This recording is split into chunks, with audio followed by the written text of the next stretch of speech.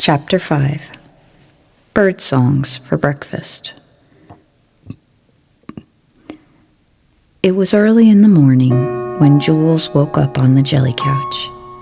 The sun colored the sky hot pink, and the birds had not begun to sing. "Josephine, quick, wake up," said Jules, pointing to the sky.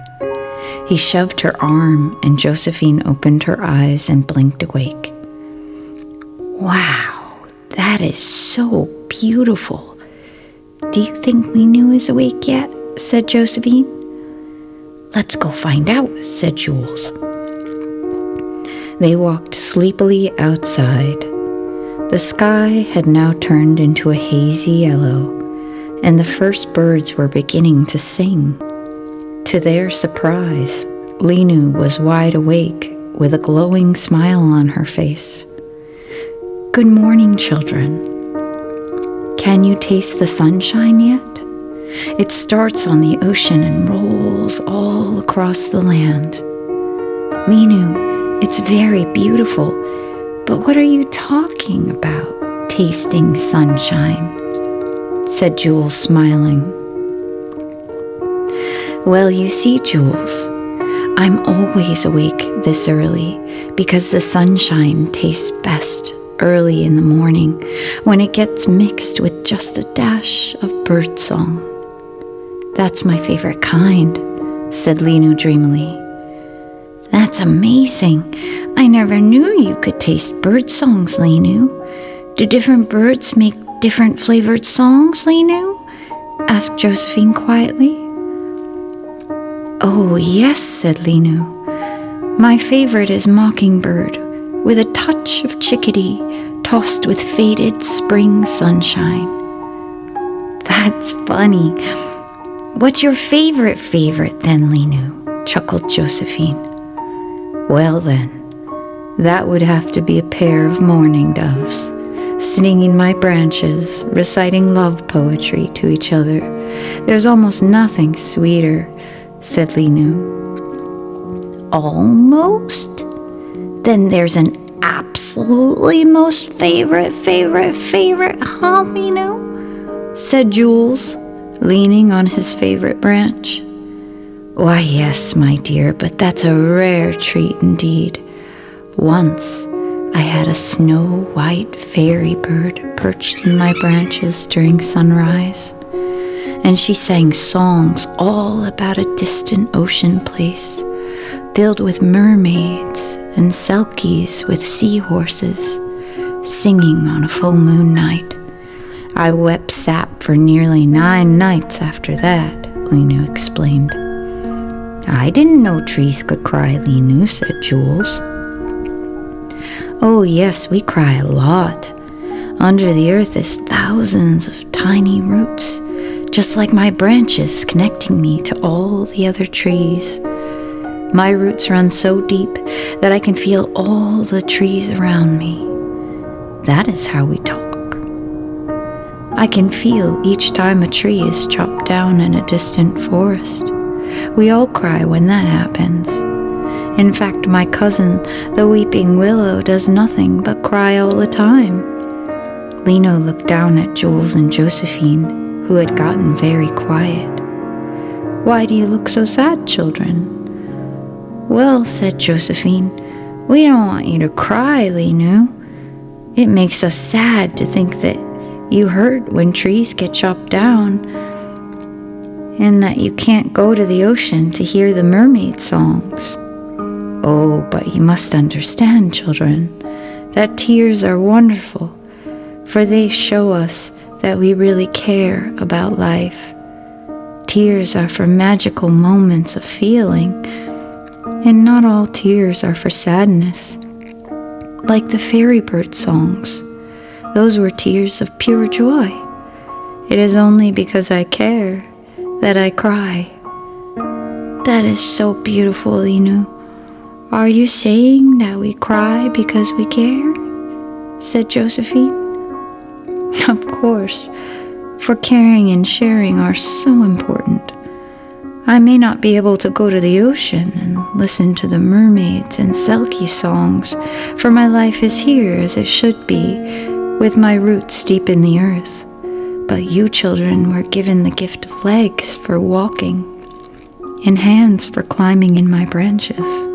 And that is my gift to you, that you are able to go to the ocean and play with mermaids and selkies. And that is as it should be, and I am never sad of that, said Linu. Thank you, Linu. I think I understand now. You give us gifts, like air we breathe, and adventures to go on. And we give you the gift of our love to you, said Josephine. Yes, now you have it. Just to have two lovely children care for me is a gift indeed. Some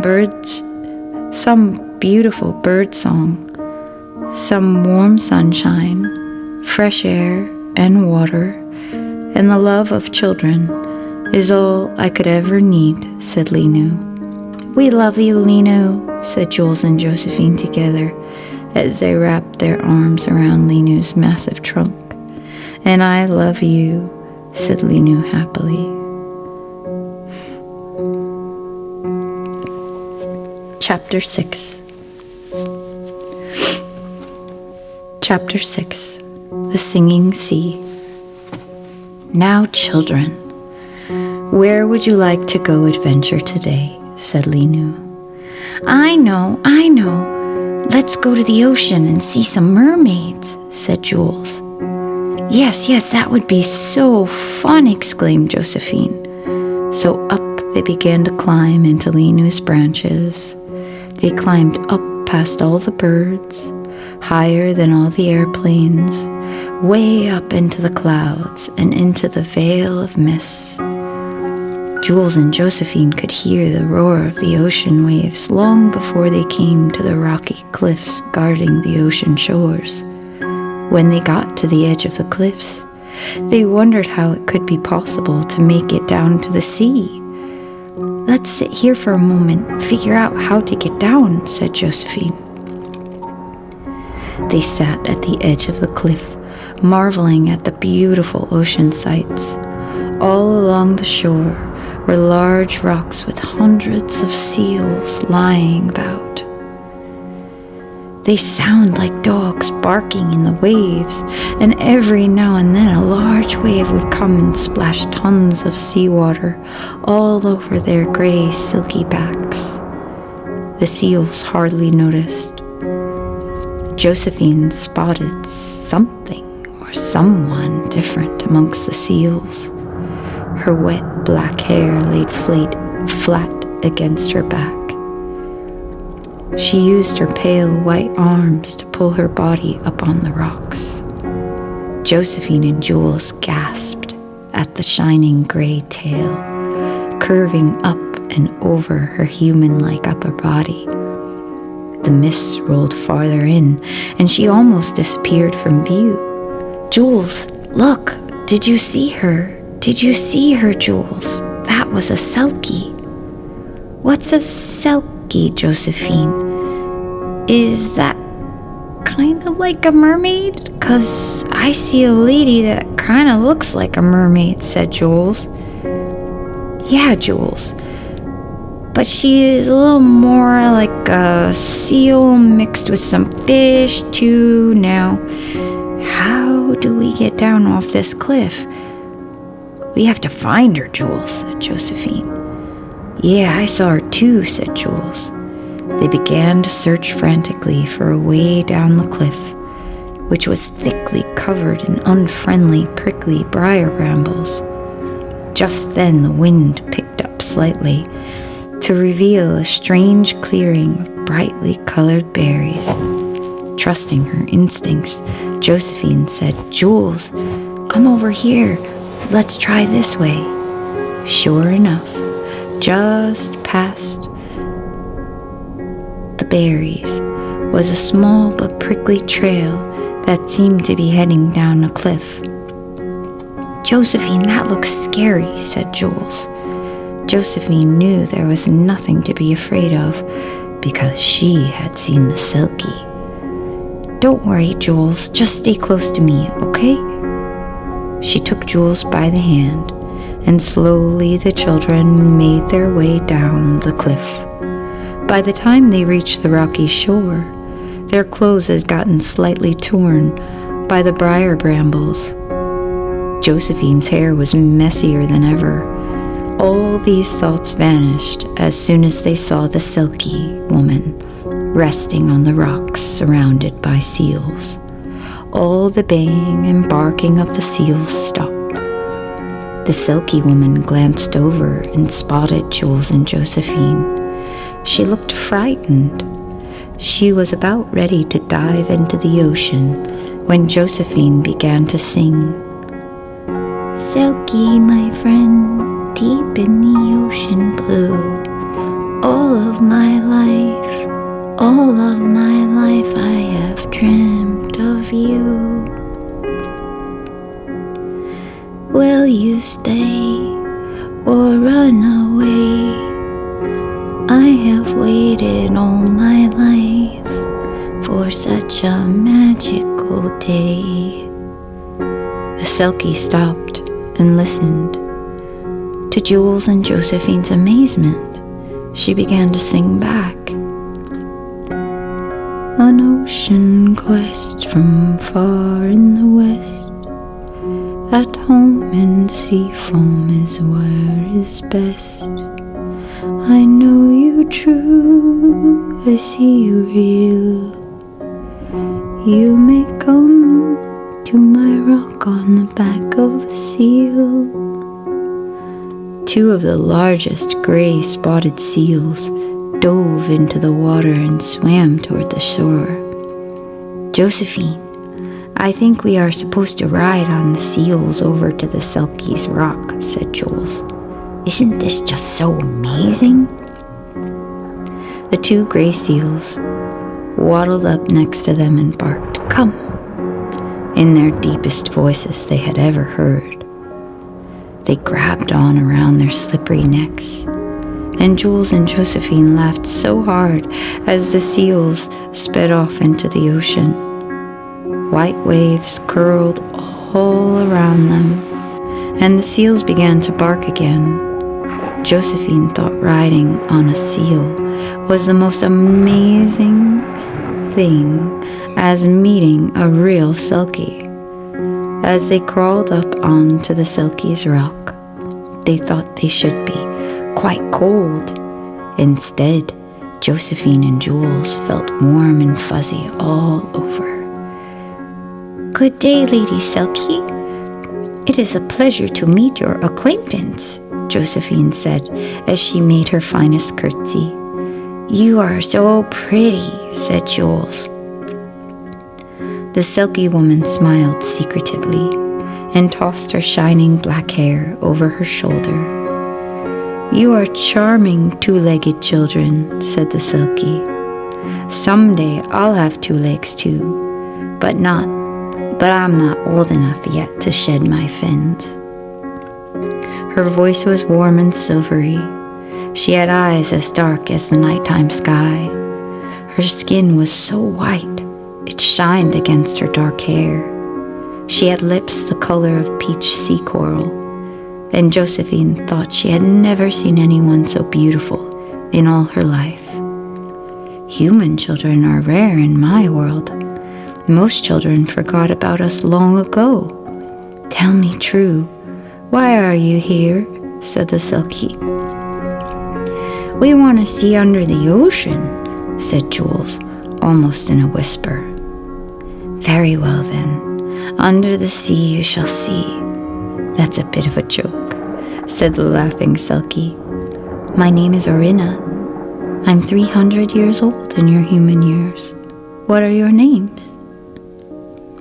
"My name is Josephine, and you are so beautiful."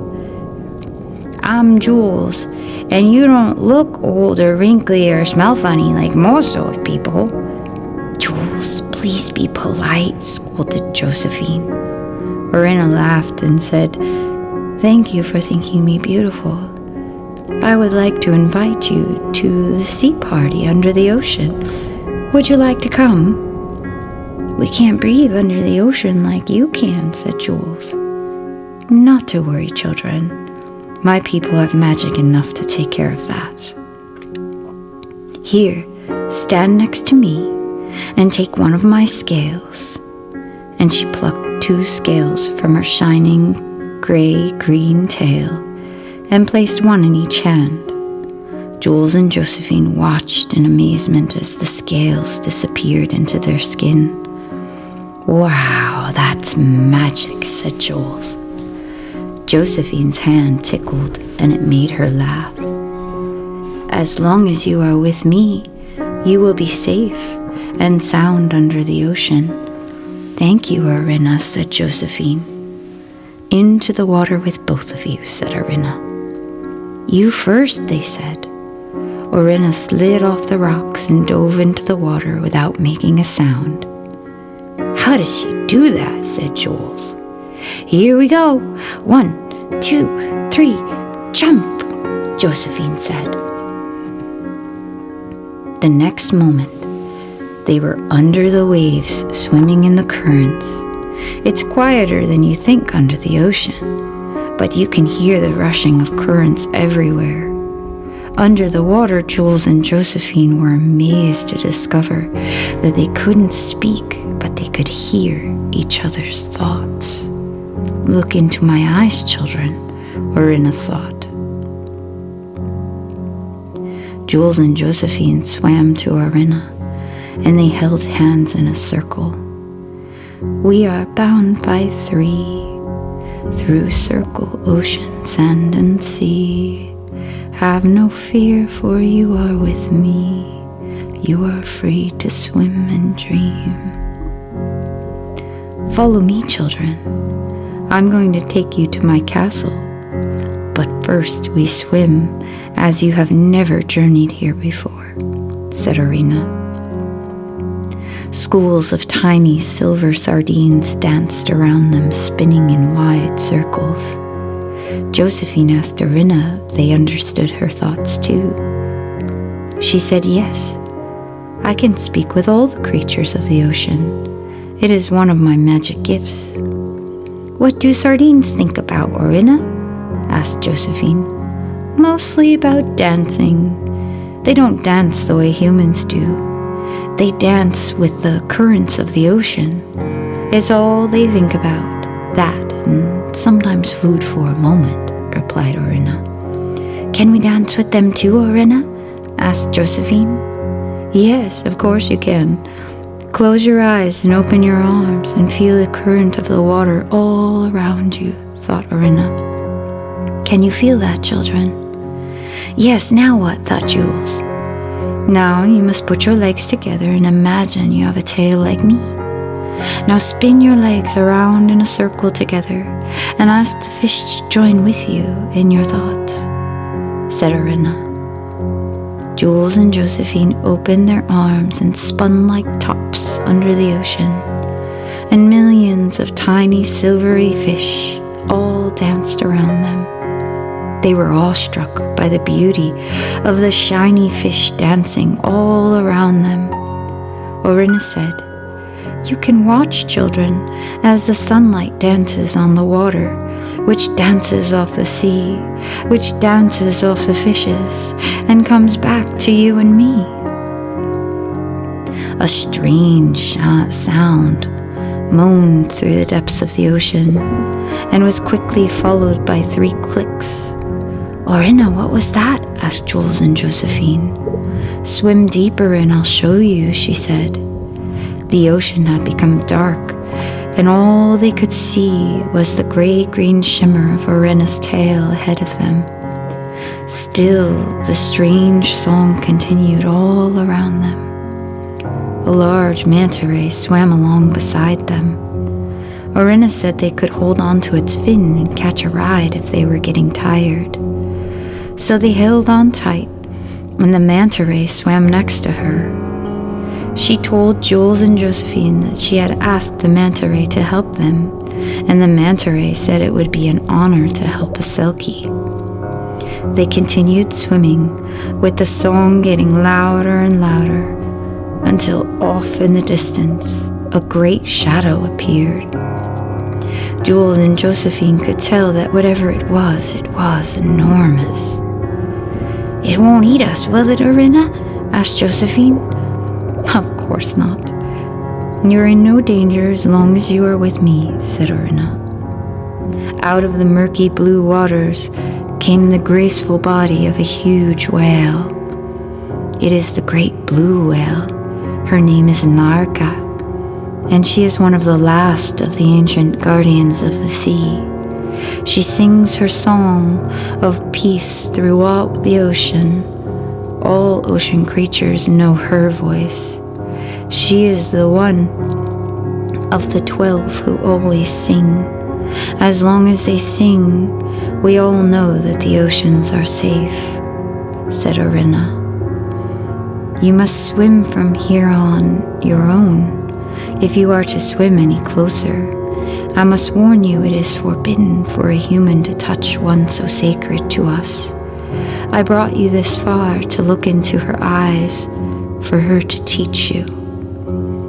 As they swam towards Narka, her song grew louder and louder.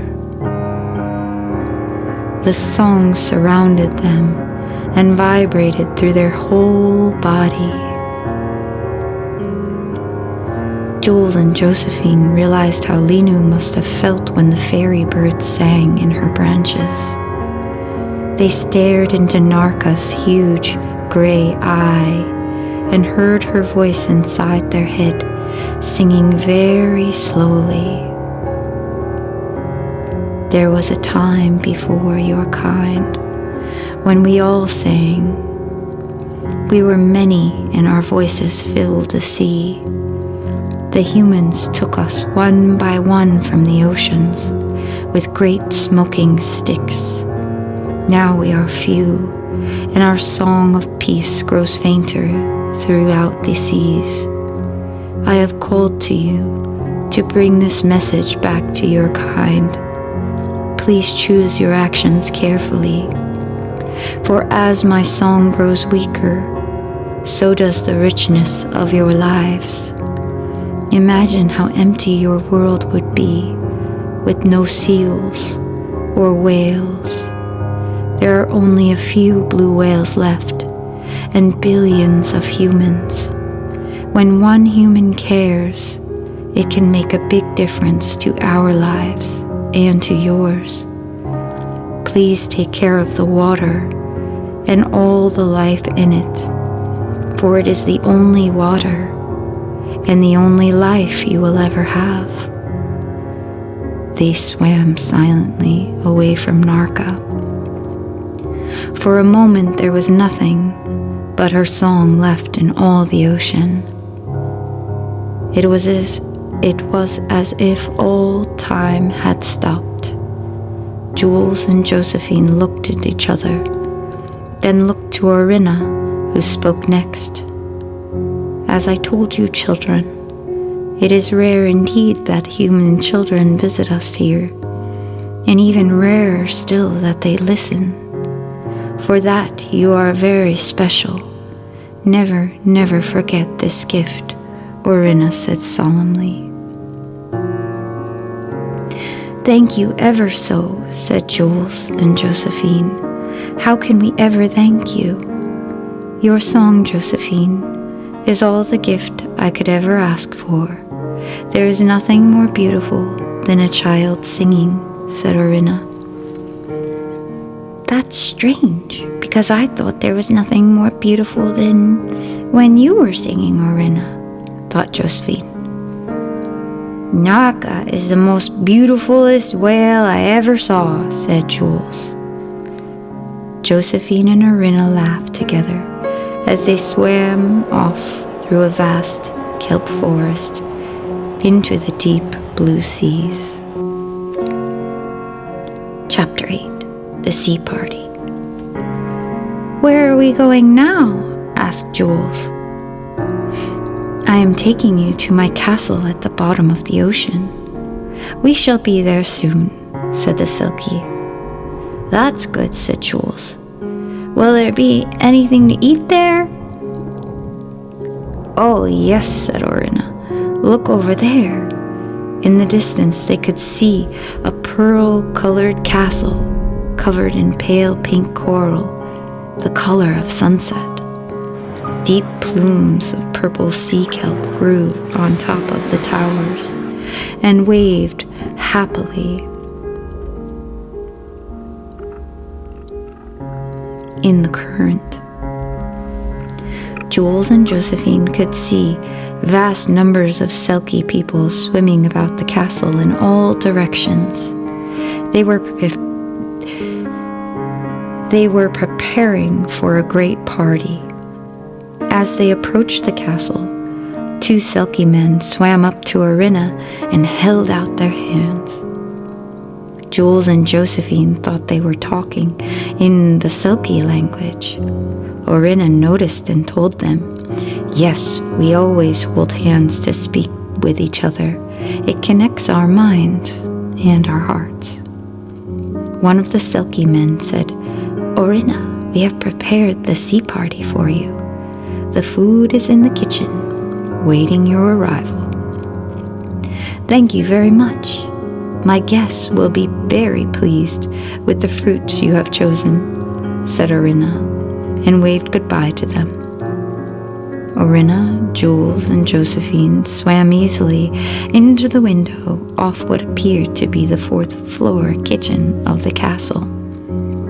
Once inside, they saw beautiful plants and anemones growing out from all angles on the walls. A strange arrangement of sea fruits laid out on the rock table. One was round and squishy, covered in purple spots. Another fruit was orange with pink tentacles. Orina said the orange fruits were her favorite, and when Josephine tasted it, she thought it reminded her of a chocolate cantaloupe. "It's strangely yummy," Josephine told Orina. Jules had already finished 6 of the eelweed berries that Orina didn't like because they said it gave her the bubbles. Sure enough, moments later, a small trail of bubbles came out of Jules' behind, and everyone just had to laugh. The light had begun to fade inside the castle, and Orina looked a bit alarmed. "Oh dear, I didn't realize it was getting so late. My magic will only work until dark, and there's not enough light to swim back," she said. "What are we going to do?" asked Josephine, now a bit worried. "I know. I'll call Isian to bring some seahorses," said Orina. She closed her eyes, and moments later, a handsome Selkie man with long dark hair and electric green eyes arrived at the window. In his hand, he held 2 wild and shining white seahorses. Orina put her hands on the seahorses and then thought to Jules and Josephine, "Please don't be afraid. My seahorses know just what to do and where to bring you. They go really fast, so hold on tight." "You are not coming with us?" asked Jules. "No, I'm afraid I can't, children. I must make the rounds around the castle before dark. Jules, here is 3 magic wishing pearls to keep you safe. Give one to my friend Linu when you get home. Should you need me, you have but to sing into the ocean waves and know that I am on the horizon," said Orina. "Thank you so much for everything," thought Jules and Josephine. The shining Selkie man helped Jules and Josephine onto the seahorses' back and fastened them tightly to the saddles with long white tassels of the seahorses' manes. No sooner had they waved goodbye to Orina and Isian when the seahorses reared up and sped through the darkening waters. Jules and Josephine marveled at the wonders as they swam past them. They saw great sea turtles swimming above them. They had graceful dolphins swimming beside them. They even saw great schools of orange and purple butterfly fish. As the waters were turning from cobalt blue to inky black, the seahorses breached the surface near the shore that they had come from. But the seahorses were swimming away from the cliff rocks and down into a calm and shallow bay. The sea was calm except for small waves which lapped the shore of the low tide. As the full moon rose on the ocean horizon, their reflection surrounded the seahorses as they swam into the bay. They were accompanied by the distant sound of a family of humpback whales breaching in the moonlight. Josephine heard Jules ask, "Could we stay here forever?" She thought sadly, "No, Jules. Our home is on land, and this was a gift from the sea and grandmother tree, Linu, to remember forever." The sea had become too shallow for the seahorses to swim any closer to shore. They untangled themselves from the long white manes and the seahorses and waded slowly to shore. They turned to wave goodbye to the seahorses, but they had already silently disappeared beneath the waves. They were amazed to see a neatly formed path all the way up the cliff. By the light of the moon, Jules and Josephine had no trouble climbing to the top. They climbed the cliff and right into the hazy mists of Linu's branches, all the way down past the airplanes, past the birds, all the way down to the earth. Linu was so happy to see them. "How was your adventure, children? You were gone much longer than usual," said Linu. "Oh, Linu, the ocean is amazing. I've never seen anything like it. And we saw selkies," said Josephine. "And Narka sang us whale songs," said Jules. "The selkies sing so lovely," hummed Josephine. "And we rode on seahorses," said Jules. "Oh my goodness, Linu. It was the best adventure ever," exclaimed Josephine. Jules pulled 3 pearls from his pocket and gave one to Josephine. Orina gave them to me and said they were magic. She said you would know what they were for, Linu. "Do you know what they do, Linu?" questioned Jules. "Yes," she said. "They are magic wishing pearls. But it is late and time for bed. The wishing pearls are an adventure for another day, children," said Linu. "I'm sleepy now, Jules. I'm going to sleep," said Josephine. And she waved goodbye to Linu and Jules and went inside the playhouse with dreams of the mysterious pearls dancing in her head. Jules stayed outside for another minute, alone with Linu. "What should I do with the last pearl?" thought Jules. He was about to give the wishing pearl to Linu when Linu said, "Jules, the last magic pearl is for the little boy and girl who are listening to your story right now." "Oh," said Jules, "the last wishing pearl is just for you to make a new jelly couch story so you can come back and visit us anytime you want. But now I am too sleepy to play," said Jules, as he went inside the playhouse and curled up on the jelly couch and fell fast asleep. And that night, Jules and Josephine had many sweet dreams. They dreamed of the songs of the great blue whales. They dreamed of riding on a magical spaceship. But the best dream of all was that someday you would come back and visit them. The end.